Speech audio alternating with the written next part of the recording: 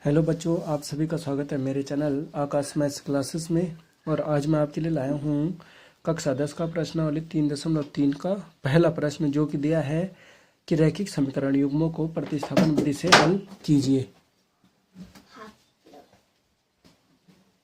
हल कीजिए। और यहाँ पे हमारे पास समीकरण दिए हैं, एक ये है और दूसरी ये है। हमें यहाँ पे प्रतिस्थापन विधि के द्वारा हल करना है, तो इसको हल करना आसान है। यहाँ पे हम क्या करते हैं कि समीकरण इनमें से हम किसी को भी ले लेते हैं, कि जैसे हम समीकरण एक को लेते हैं और यहाँ पे हमें क्या करना होता है कि x का मान y में, मतलब समीकरण एक का मान समीकरण दो में रखना पड़ता है। ठीक है, तो हम यहाँ पे क्या करते हैं कि यहाँ पे लिखते हैं हम कि समीकरण एक से x का मान लेने पर, x का मान लेने पर, तो x का मान लेने पर क्या हो जाएगा। देखो हमारे पास यहाँ पे हमें सिर्फ समीकरण लिखनी है, तो हमारे पास समीकरण क्या है, 3x/2 ऋण 5y/3 बराबर है ऋण 2। ठीक है, अब यहाँ पे हमने समीकरण क्या है, ये हमारी समीकरण एक है और समीकरण दो हमारे पास दोनों दिए है, तो हम समीकरण एक लेते हैं। अब यहाँ पे हमें क्या करना है, मान लेना है। तो देखिए यहाँ पे कैसे सॉल्व किया जाएगा, हमारे पास हो जाएगा कि जो ये है, ठीक है ना। हम क्या करेंगे, अब देखो यहाँ पे हमें चाहिए x बराबर चाहिए, तो x बराबर चाहिए तो हमें यहाँ पे क्या करना होगा, इनको हमें सरल करना होगा। ठीक है, तो पहले इस समीकरण को हम सरल कर देते हैं। ठीक, तो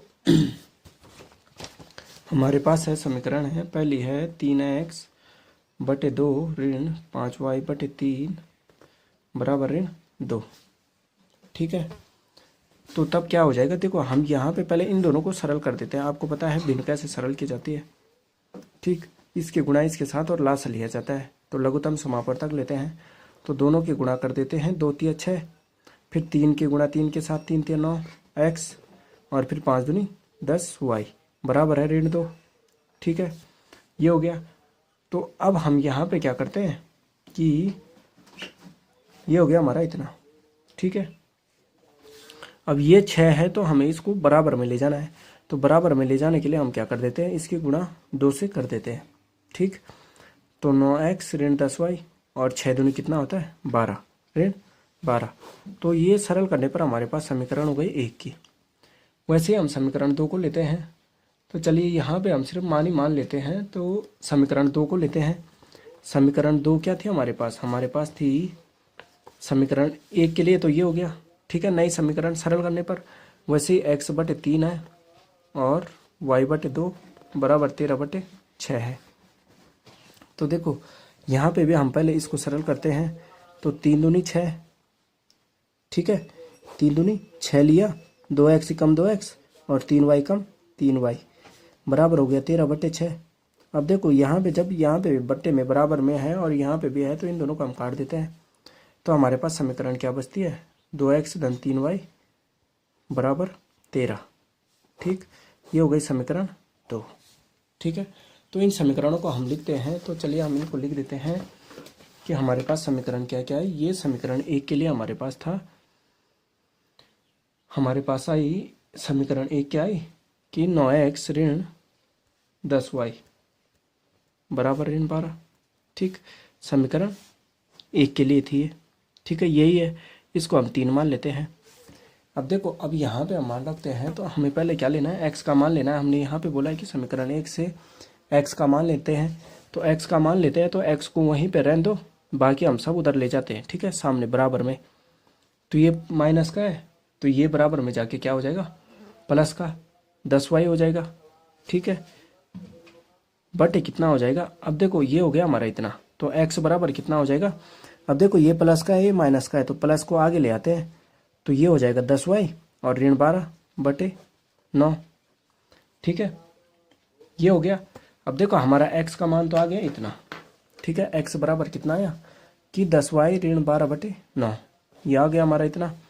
अब चलिए इस मान को अब हम क्या करते हैं कि समीकरण एक से हमने लिया, अब समीकरण दो में, ठीक, कि हमने समीकरण एक से लिया, अब समीकरण दो में हम लिखते हैं, यहाँ पे समीकरण दो में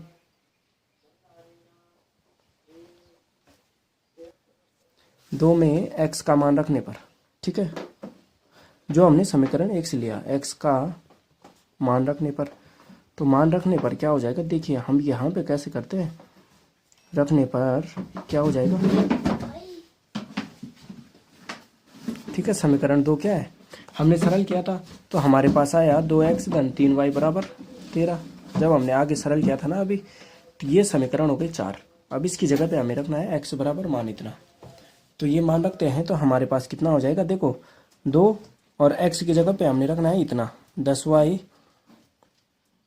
ऋण 12/9 धन 3y बराबर 13, ठीक है। तो इसको सरल करते हैं, तो चलिए हम इसको रफ में करते हैं, वहाँ पे आसानी से समझ में आएगा कि हम यहाँ पे मान लेते हैं इतना, ठीक है। तो इसके बाद का स्टेप क्या हो जाएगा, चलिए आगे बढ़ते हैं, चलिए हम आगे सॉल्व करते हैं। तो ये था हमारे पास, इसको सरल करना है, ठीक है, इसको सरल करना है।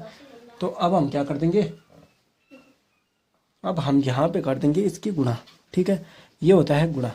तो 2 की गुणा 10 से, 2 की गुणा 12 से यहाँ पे गुणा करते हैं, तो 10 दूनी कितना हो जाएगा 20y और 12 दूनी 24, ठीक, बटे हो जाएगा 9 धन 3y बराबर 13, ठीक है। ये हो गया हमारा इतना। अब यहाँ पे हमें इस 9 को बराबर में ले जाना है, तो बराबर में ले जाने के लिए हम 20y ऋण 24 था, बटे था कितना 9, तो 9 को बराबर में ले जाना है, तो 3y से भी गुणा कर देनी है इसकी 9 से, 9 की, और 13 से भी गुणा कर देनी है 9 की, ठीक है। तो ये कितना हो जाएगा, ये हो जाएगा हमारा 20y है, ठीक है ना, 20y है ऋण 24 है धन 9 तिया 27y बराबर कितना हो जाएगा 13 तिया 13 नमा 117, ठीक है, 117 हो गया। तो 20 और 24 कितना होता है, सॉरी 20y का और ये y का, तो ये हो गया 47y बराबर। अब देखो हम यहाँ पे इन दोनों को जोड़ दिया, अब ये और ये एक जैसे है, तो 117 में हम जैसे ही 24 जोड़ते हैं तो कितना होता है 141, ठीक है, 1 4 1 47y बराबर हो जाएगा 141, ठीक है। ये हो गया हमारा इतना। तो y बराबर कितना हो जाएगा, y बराबर हो जाएगा हमारा 141/47। तो ये कितनी बार जाएगा, 3 बार चला जाएगा, ठीक है। 3 बार कैसे, देखो 47 का भाग हम 47 की गुणा हम 3 बार करते हैं,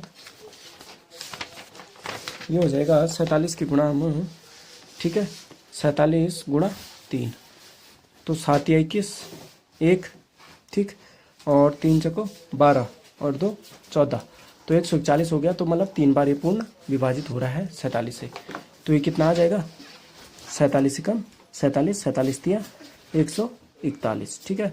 तो y का मान आ गया हमारा इतना, y बराबर कितना है हमारा, y बराबर आ गया हमारा 3। अब देखो हमने वहाँ पे समीकरण 1 का मान समीकरण 2 में रखा था, और फिर समीकरण 2 का मान अब समीकरण 1 में, ठीक है। तो हम यहाँ पे क्या करते हैं कि समीकरण 1 में y का मान रखने पर, अब मैं बता देता हूँ कि y का मान कहाँ पे रख रहे हैं हम, ठीक है।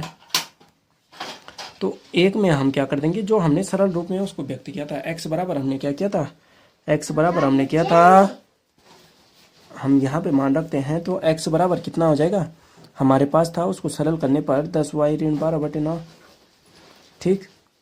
तो हमने y बराबर 3 रखना है बस, तो x बराबर कितना हो जाएगा 10 गुणा 3 ऋण 12/9, तो 10 के कितना हो गया 30, और 30 ऋण 12/9, तो x बराबर कितना हो जाएगा, 30 में से 12 जाएगा तो कितना बचेगा हमारे पास बचेगा कितना 18, ठीक है ना।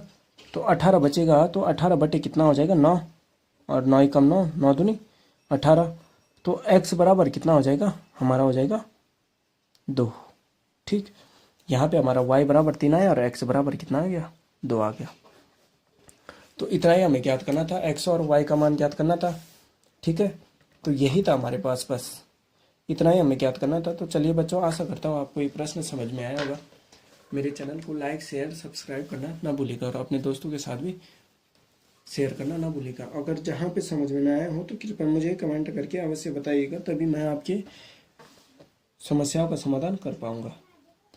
और मुझसे जुड़ने के लिए मेरे व्हाट्सएप नंबर पर आप मैसेज कर सकते हैं।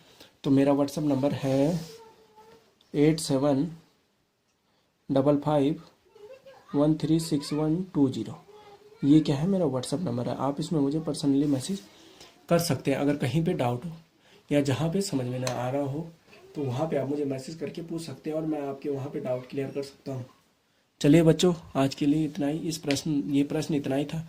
धन्यवाद।